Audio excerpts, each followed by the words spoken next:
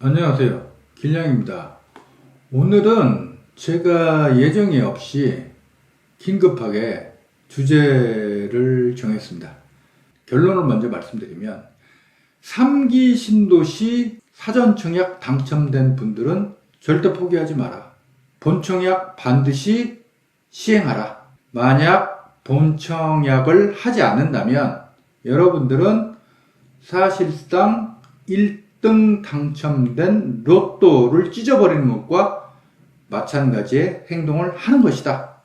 제가 갑자기 이 주제를 정하게 된 이유는요. 최근에 아파트 사이클 연구소 이현철 소장의 영상을 봤는데 저하고 이제 생각이 많이 다르긴 한데 그래도 이거 단순히 이제 관점 차이로 보기에는 좀 걱정되는 게 있어서 저는 이현철 소장을 굉장히 높게 평가합니다.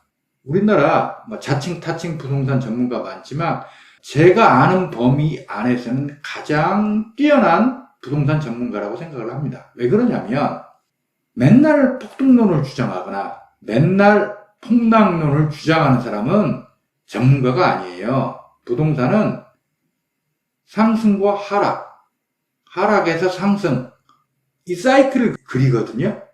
폭등론자, 폭락론자는 그 언젠가는 한 번 맞게 돼 있어요.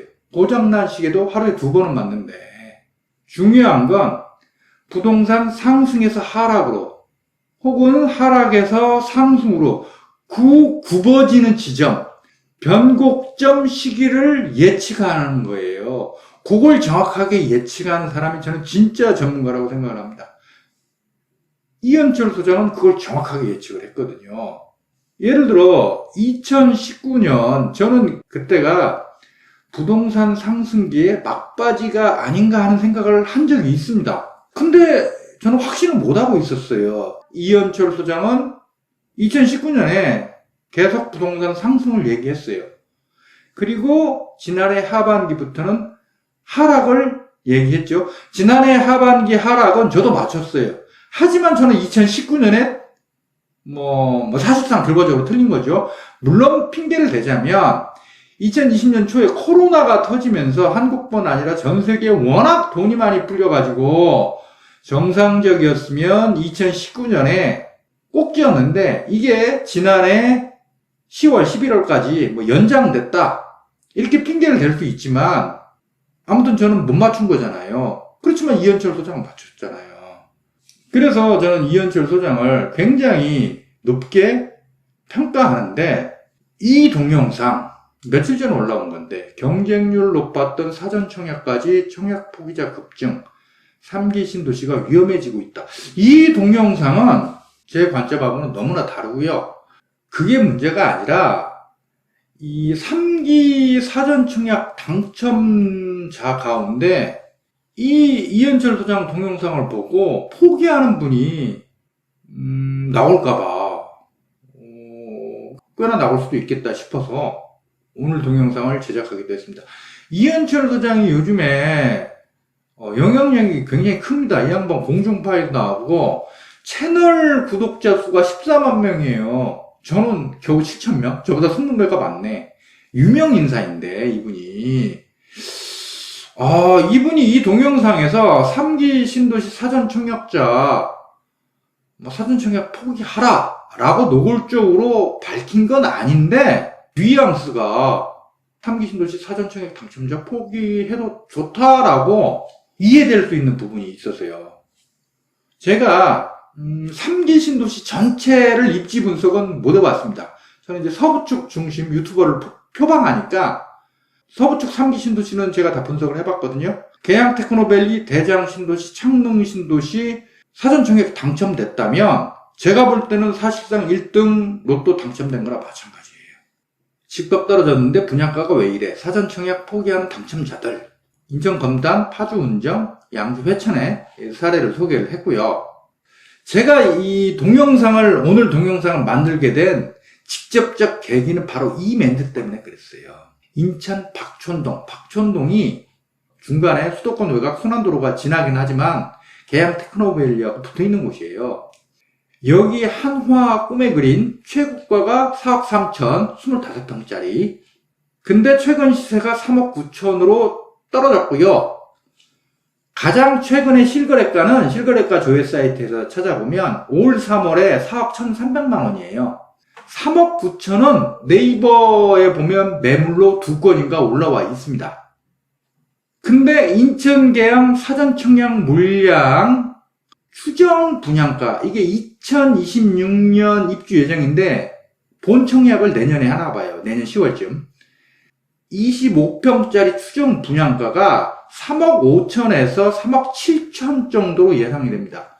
박촌동 하나 꿈의 그린이 지금 호가가 25평이 3억 9천이야. 실제 매수하겠다는 의지를 보이고 내고 들어가면 뭐 3억 5천까지는 3억 7천, 잘하면 3억 5천까지 깎을 수 있겠죠? 계양 테크노밸리 이 분양가가 3억 5천에서 3억 7천이라면 본청약해서 입주해봐야 프리미엄이 하나도 없게 되는 거 아니에요? 아니지. 요즘 추세로 본다면 하나 꿈의 그린이 3억 5천 밑으로도 떨어질 수 있는 거 아니에요? 오히려 프리미엄커녕 마이너스가 돼. 박촌동 하나 꿈의 그린이고, 여기 이 붉은색 원 안에 들어있는 게 인천 계양 테크노밸리 사전 청약 물량 위치입니다. 가깝죠? 이거 600m, 직선거리 600m밖에 안 떨어졌어요, 여기.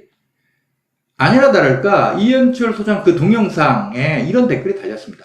20대 후반 신혼부부입니다. 계양 신도시 작년에 사전 청약 당첨되었습니다. 내년 10월에 본 청약이라는데 이미 진작에 마음 접었습니다. 사전 청약 아니고 본 청약이었으면 인생 꼬일 뻔. 제가 볼 때는요, 이분이 본 청약 안 하면 인생 꼬이는 거예요. 본 청약을 해야 해피한 인생이 되는 거고, 이분은 완전히 거꾸로 지금 얘기하고 있는 거예요. 물론 이분이 실제로 사전 청약 당첨됐는지 안 됐는지 확인할 수는 없지만, 만약 사실이라면 이분 댓글에 또 대댓글이 달렸어요. 뭐 계양은 괜찮다, 뭐 인천 곡소리 난다, 계양이나 검단이나 거기서 거기다, 뭐 이런 왔다 갔다 해요. 근데 계양 테크노밸리나 대장 신도시 사전 청약자 가운데 이미 전부터 흔들리는 분들이 좀 있었어요. 저 같은 경우 지난해 계양 테크노밸리 대장 신도시 사전 청약 당첨자로부터 주변에서 자꾸 포기하라는데 어떻게 했으면 좋겠냐라는 쪽지를 3개나 받았어요. 대충 내용은 이겁니다. 부모님, 친척, 어른들이 파주나 검단 등에서 분상제로 싼 가격에 분양되고 있다. 계양 사전 청약 당첨됐지만 언제 입주할지 모르고, 이게 언제 입주할지도 모르고, 그리고 그때 방송 뉴스에 뭐 사전 청약 당첨됐는데 정부 예상보다 뭐 몇 년이나 5년, 뭐 5년인가 늦게 뭐 입주했다는 뭐 그런 뉴스가 또 나오기도 했었어요. 공공임대 많은 단지로 브랜드별로 이것도 들어. 그러니까 포기하라. 파주나 검단 등에서 민영 브랜드 대형 아파트 분양가도 착하게 나오는데 여기 청약하라고 부모님하고 친척 어른이 자꾸 말하는데 어떻게 하면 좋을까요? 그래서 제가 답장을 보내드렸죠. 당신 사전 청약 포기하면 사실상 1등 당첨된 로또 용지 찢어버리는 거나 마찬가지다. 이 언제 입주할지 모르고, 요건 제가 검단 분석한 동영상에서도 얘기했지만, 이건 토지 보상 과정에서 주민들과의 갈등이 심해서 사업 자체가 늦어지는 경우에 사전 청약 물량이 정부 예상보다 훨씬 늦게 입주한 경우가 있기는 있었어요.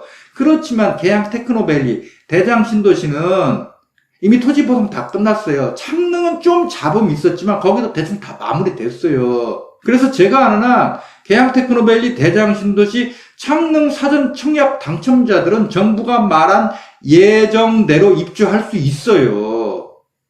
제가 이분들에게 답장을 보내드리면서 반드시 마곡지구의 사례를 예로 들었습니다. 자, 이게 마곡지구죠. 여러분들 마곡지구로 오고 싶어, 마곡지구 그 주변으로 오고 싶어, 그러면 제일 입주하고 싶은 곳이 어디예요?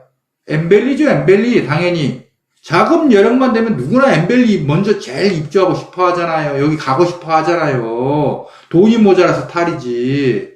엠벨리가 2013년 말에 후분양을 했습니다. 34평 분양가가 4억 3천이었고 40평대가 그때 5억 1천인가 5억 2천이었을 거야. 34평 분양가 4억 3천이 이 말이 많았어요. 왜냐하면 그 주변에 민영 브랜드 대단지 아파트가 있는데 그거하고 가격이 같거나 되레 살짝 높았어요. 그러니까 강서구 사람들이 욕 많이 했어요. 공공임대 50% 소셜 믹스에 SH 브랜드 주제에 어떻게 그 주변에 있는 민영 브랜드 대단지 아파트와 가격이 비슷하냐, 오히려 좀 높은 감이 있느냐. 더군다나 2013년 말이면 하우스 푸어 시기의 끝무렵이에요. 서울 같은 경우는 2014년 초부터 부동산 상승세로 돌아섰거든요. 이런 게 겹쳐가지고 엠벨리가 일부 미분양이 났어요. 제가 알기로는 한 20%인가? 났어요. 그래서 서울시가 그 다음에 선착순으로 돈 먼저 들고 오는 사람들에게 선착순으로 다 팔아넘겼죠. 2014년 6월 입주했는데 2014년 11월에 7단지가 34평 5억 3천에 거래가 됐습니다. 이 마곡지구 주변에서 20년 넘게 공인중개사로 일해온 사장님이 계세요. 그분이 저 지금도 기억나요. 그분이 저 보자마자 길냥이님 지금 마곡 집값 미쳤어요. 세상에 7단지가 34평 5억 3천에 팔렸대요. 어떻게 1년 만에 분양가 대비 1억이나 오릅니까? 이 서쪽 끄트머리가 그런 소리를 했었어요. 근데 지금 어때요? 자, 붓카페 보면 그 서울 시내 각 구별로 방이 있습니다. 동네 싸움이 가장 심한 곳이 강서구예요. 왜 그런 줄 아세요? 마곡지구 초기부터요. 그 주변에 민영 브랜드 대단지 아파트에 사는 분들이 마곡지구 기업 입주하고 활성화되면 마곡지구 개발의 효과는 주변의 민영 브랜드 대단지 아파트가 받는다. 엠벨리는 공공임대 50% 소셜 믹스에 브랜드가 구려서 아파트 품질이 별로여서 여기 임대촌이어서 아파트 값 안 오른다. 그러면서 까댔어요. 근데 마곡지구 초기부터 항상 엠벨리가 주변 민영 대단지 아파트보다 가격이 조금씩 더 높았어요. 그리고 가면 갈수록 그 갭은 더 벌어졌어요. 그 격차는 더 벌어졌어요. 단적으로요. 엠벨리 아파트는 이번 부동산 상승기에 전부 국평 15억을 넘었어요. 그 주변에 있는 민영 브랜드 대단지는 가장 최고가가 우장산 힐스테이트 34평 4억 9천이었을 거야. 그게 마지막이에요. 그게 최고가예요. 하나도 없어요. 15억 넘은 데가. 유일한 예외는 저 염창동에 가면 이편한 세상이라고 2019년 입주한 신축이 하나 있어요. 그것만 국평 10억 넘었어요. 거기는 이제 여의도와 가까운 탑도 있고. 아무리 뭐 소셜 믹스니 브랜드가 전부 브랜드니 해도 벨트 안에 들어있잖아요. 여기는 마곡지구라는 벨트 안에. 벨트 안에 들어있는 것과 그 바깥에 있는 아파트는 가격 차이가 날 수밖에 없어요. 이건. 그래서 저는 수명산 파크를 항상 추켜 세우잖아요. 지금도 대부분의 사람들은 수명산 파크를 마곡지구의 일원으로 간주하지 않아요. 그러나 저는 1주 전? 2주 전에 제가 동영상 올렸지만 여기 경전철, 여기 메이필드 호텔, 강서 농수산물 도매시장이 있는데 여기 외발산 사거리, 여기 이제 경전철 지날 가능성이 굉장히 높죠. 제가 볼 때는 90% 이상이에요. 그 다음에 김포공항 복합개발 있고 3조 원짜리 사업, UAM 버티 허브가 김포공항에 만들어집니다. 김포공항 복합개발이 2028년 완공 목표고 UAM 상용화는 2025년이 목표죠. 그때쯤 가면요 대부분의 사람들은 수명산 파크가 마곡지구의 하나라는 걸, 마곡지구라는 벨트 안에 들어있다는 걸 인정하게 될 겁니다. 자, 이렇게 개발에 따라서 입지는 변하는데 중요한 건 뭐다? 벨트 안에 들어있느냐 아니냐는 굉장히 중요한 차이예요. 아파트 값을 상당히 좌지우지합니다. 한화 꿈의 거리는 24평, 32평, 670세대고요. 2005년식이에요. 계양 테크노밸리 사전 청약 물량은 23평, 25평, 31평, 35평이 있는데 25평은 한 3억 5천, 3억 7천 정도 분양가 추정되고요. 35평은 4억 7천에서 4억 9천? 제가 볼 때는 5억은 안 넘을 것 같아요. 이거 2026년 입주 예정입니다. 자, 2026년에 가보세요. 한화 꿈의 그린하고 계양 테크노밸리는 연식이 20년이 차이가 나요. 20년 차이면 굉장히 큰 거예요. 더군다나 이건 벨트 안에 들어있고 한화 꿈의 그린은 벨트 밖에 있잖아요. 더군다나 수도권 외곽 순환도로가 이렇게 가로지르면서 둘을 분리시키고 있잖아요. 입지 차이가 굉장히 나요, 둘이. 제가 몇 달 전에 계양 테크노밸리 주변에 동양동, 규련동, 박촌동 분석 동영상에서 제가 동양동을 제일 높게 평가했고 그 다음에 규련동, 마지막으로 박촌동을 상대적으로 좀 낮게 평가했어요. 이유가 규련동하고 동양동은 수도권 외곽 순환도로 오른쪽에 있어. 그래서 계양 테크노밸리하고 규련동, 동양동 사이에 분리시키는 장애물이 없어요. 근데 박촌동은 이 고속도로가 분리시키고 있다고. 그리고 규련동하고 동양동은 대부분 빌라인데 다 2010년식이에요. 2010년식. 박촌동은 빌라, 다가구, 상가 건물 이런 게 다 섞여 있는 데다가 어떤 건 5년 된 거, 어떤 건 10년 된 거, 어떤 건 20년 된 거, 심지어는 50년 된 구옥도 있어요. 그래서 여기는 나중에 재건축 재개발을 할 때 주민들 사이 갈등이 심할 가능성이 굉장히 많아요. 동양동하고 규련동은 빌라로 거의 단일한 건물인데다가 물론 상가 건물도 있지만 빌라가 대부분인데다가 연식이 비슷하기 때문에 주민들 사이의 갈등 소지가 적다. 이런 것 등등을 들어서 제가 이제 박촌동을 상대적으로 3개 동 가운데 낮게 평가를 했었는데 이런 박촌동에 있는 한화 꿈의 그린 아파트하고 계양 테크노밸리 안에 들어있는 이 아파트하고 단순히 겉으로 드러난 강약만 가지고 비교할 수 있냐 이거예요. 입지 차이가 엄청나게 큰데 여러분들에게 제가 질문 하나 드리겠습니다. 2032년쯤에 계양 25평이 10억을 간다면 이 박촌동 한화 꿈의 그린 아파트는 얼마나 갈 것 같아요? 계양 25평 10년 뒤에 10억 못 간다고요? 안 그렇습니다.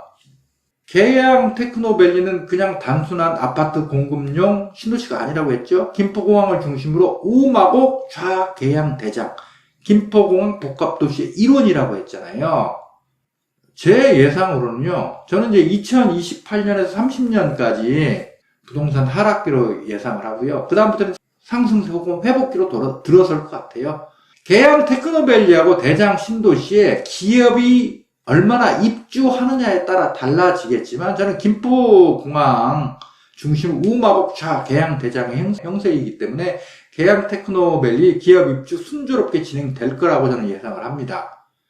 그래서 저는 계양 테크노밸리하고 대장 신도시는요, 기업 입주 순조롭게 진행된다면 마곡 엠밸리 가격의 85 내지 90% 선까지 갈 거라고 저는 봐요. 따라서요, 2035년 계양 25평이요, 10억 넘는 건 제가 볼 때는 거의 확실해요. 아무튼 저는 이제 가정이지만, 계양 25평이 10억이야. 그러면 박촌동 한화 꿈의 그린 얼마나 갈 것 같아요? 제가 볼 때는 한 6억 5천 갈 거예요. 아무리 높아도 7억? 그러니까 3억 이상 벌어지게 될 거예요. 한화 꿈의 그린 아파트는 용적률이 237%거든요? 이 정도면 재건축 불가능한 거 아니에요. 공공기업 좀 많이 하면 재건축 가능합니다. 문제는 이게 2005년식이잖아요. 이게 재건축 얘기 나오려면요, 한 2040년? 아마 2045년쯤 가야 본격적으로 사업 착수 가능할 거예요. 연식을 보나, 입지를 보나, 어느 걸 보나, 계양, 사전청약 물량이 훨씬 위에 있는데, 어떻게 단순히 지리적으로 옆에 붙어 있다는 이유만으로 이 아파트하고 박촌동 한화 꿈의 그린 아파트하고 가격을 똑같이 놓고 비교를 해요? 저 같으면요, 계양 이 아파트가 한화 꿈에 그린 아파트보다 25평 기준 2억 분양가가 더 높아도 계양 아파트에 청약을 신청할 겁니다. 물론 저는 청약 신청할 자격은 없지만. 왜? 아니 2억 더 줘도 여기가 더 남는 장사라니까 여기가? 양주 회차는 제가 분석해 본 바가 없어서 노코멘트고요. 자, 파주 운정 같은 경우에요. 제 동영상을 계속 보신 분은 알겠지만 저는 파주 운정을 이게 높게 평가하지 않았어요. 저는 쉽게 말하면 추천하지 않았어요. 파주 운정을. 단 일산 킨텍스 그 부근에 일산 테크노밸리, 방송 영상밸리 조성 중이잖아요. 거기에 기업들이 많이 들어온다면 파주 운정에 온기가 갈 수는 있다. 뭐 그 정도로 보고 있습니다. GTX?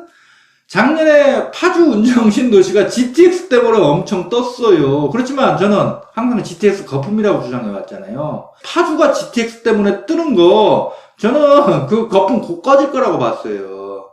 파주하고 일산이 확 뜨려면 딴 거 없어요. 남북 통일이 되거나 아니면 현재 중국과 대만처럼 자유교역, 자유왕래를 하거나 그것도 안 되면 최소한 개성공단이라도 재가동돼야 돼요.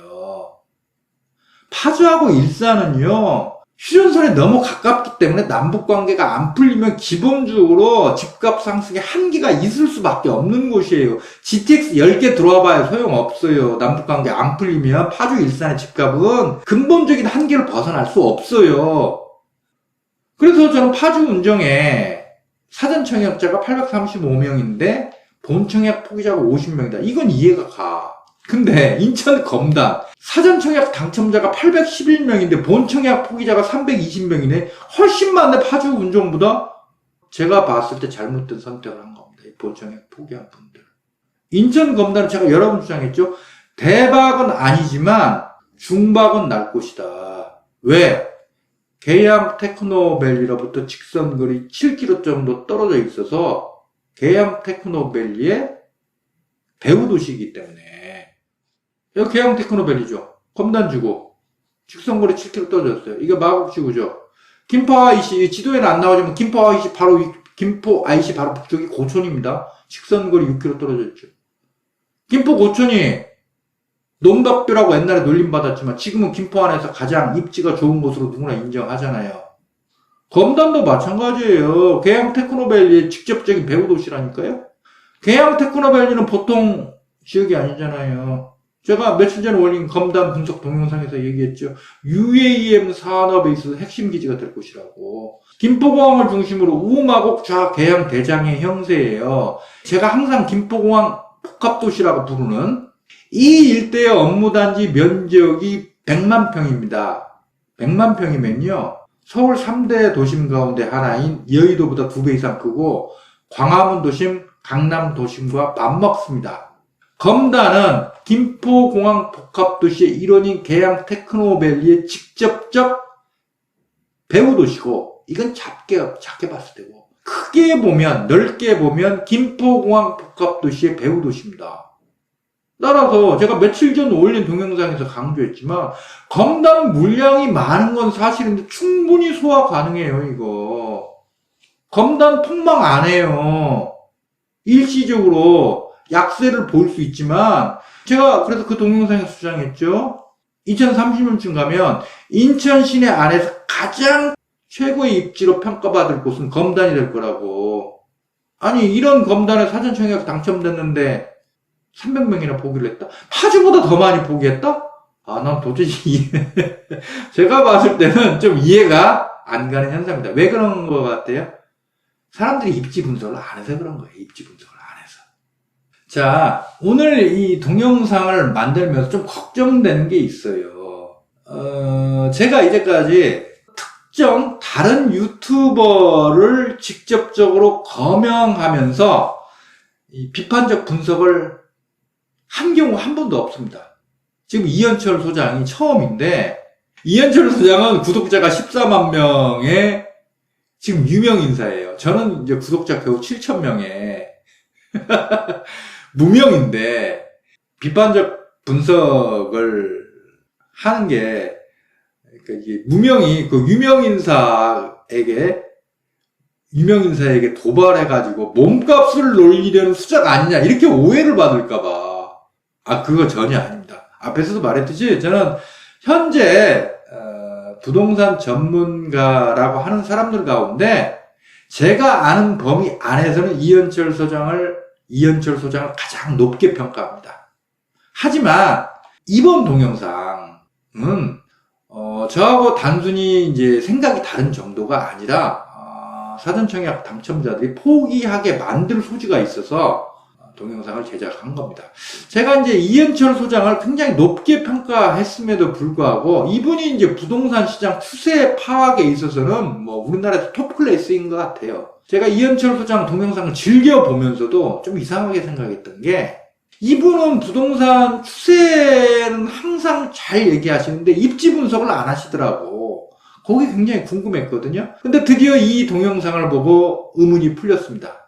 여러분들이 입지 공부보다는 흐름에 대한 공부를 많이 해야 된다는 게 이런 부분인 거예요. 그러니까 이현철 소장은 부동산 분석에 있어서 전체적인 시장 흐름 분석만을 하시는 분이더라고. 입지 분석은 필요 없다라는 생각인 것 같아요. 근데 저는 생각이 다릅니다. 부동산을 제대로 파악하려면 전체적인 추세 파악은 기본임과 동시에 반드시 입지 분석을 해야 돼요.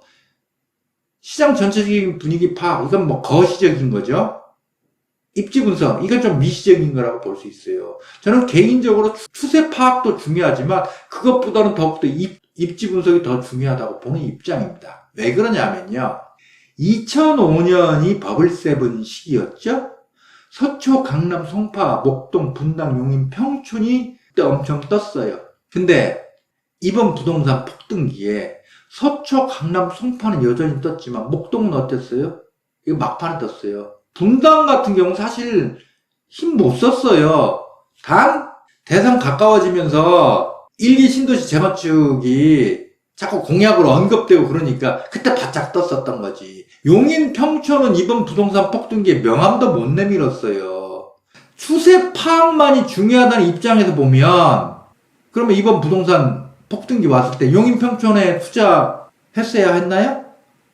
용인, 평촌 투자했으면 어떻게 됐겠어요, 이거? 아무 재미 못 봤지. 용인 같은 경우에 2005년 버블7 시기에 숲세권으로 떴어요. 그때 서울 강남 아파트 팔고 뭐 20평대, 30평대 팔고 용인 50평대, 60평대, 40평대 후반대 이상 이 대형 평수로 간 분들 많아요. 숲세권 찾아서. 용인 이쪽의 대형 평수 아파트는요. 이번 부동산 폭등기 끝무렵에 가서야 2005년 버블7 시기에 가격을 회복했어요. 그러니까 거의 20년 만에 똔똔이 됐다니까? 이거 왜 이렇게 된 거예요? 입지 분석을 안 하니까 이렇게 된 거 아니에요? 입지 분석을 안 하니까. 이번 폭등기에 마용성이 떴잖아요. 버블7 시기에는 마용성이라는 단어 자체가 있지도 않았어요.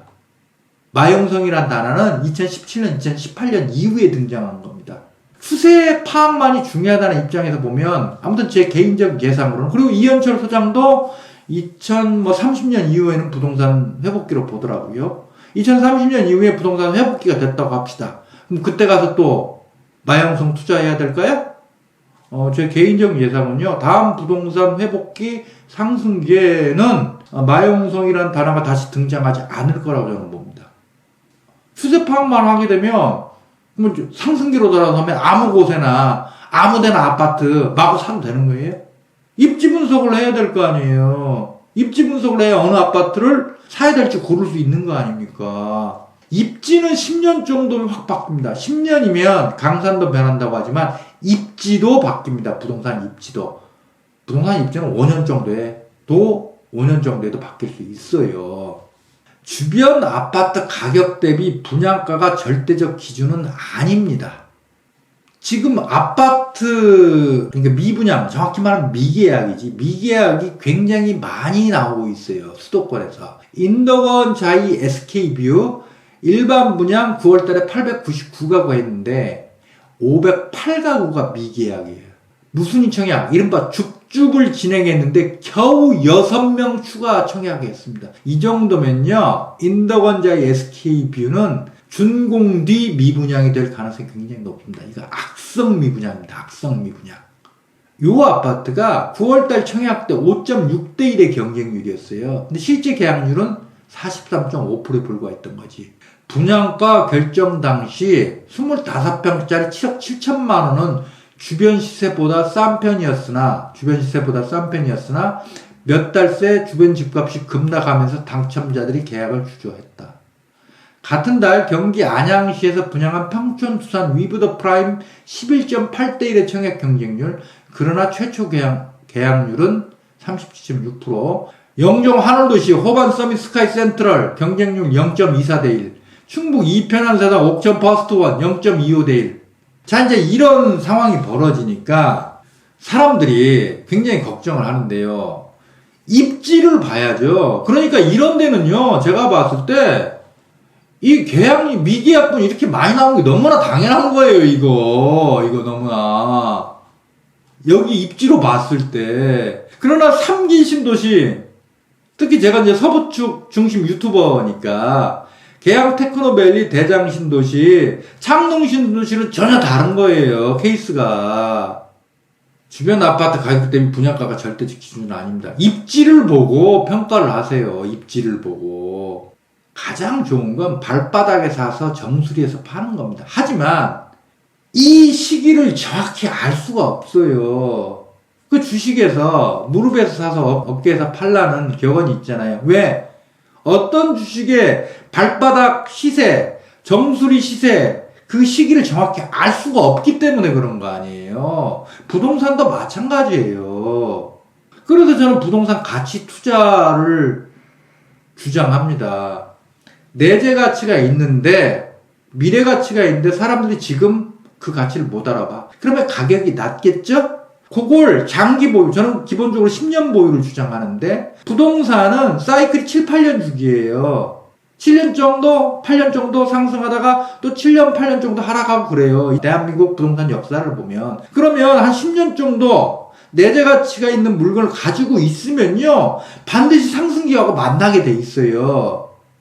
그러면 몇 배의 차익이 나는 거예요. 이미 유명한 지역의 물건이야. 거기는 가격이 비싸잖아요. 나중에 그 물건 장기 보유하고 있으면 나중에 상승기에서 만나겠지. 그렇지만 원래 비싸게 매수했기 때문에 수익률이 가치 투자를 한 것에 비해서 낮을 수밖에 없는 거예요. 그래서 저는 부동산 가치 투자를 주장하는 거고요. 부동산 가치 투자를 하려면 입지 분석이 필수 조건이죠. 왜? 입지 분석을 해야 미래 가치, 내재 가치를 찾아낼 수 있으니까. 자, 아무튼 오늘의 동영상의 결론을 다시 말씀드리겠습니다. 3기 신도시 사전 청약 당첨된 분들, 제가 다른 곳은 모르겠지만 최소한 계양 테크노밸리, 대장 신도시, 창릉 신도시 사전 청약 당첨된 분들은 반드시 본청약을 하십시오. 만약 본청약 안 하면 여러분들은 사실상 1등 당첨된 로또 용지를 찢어버리는 것과 마찬가지다. 이 말 꼭 기억하시기 바랍니다.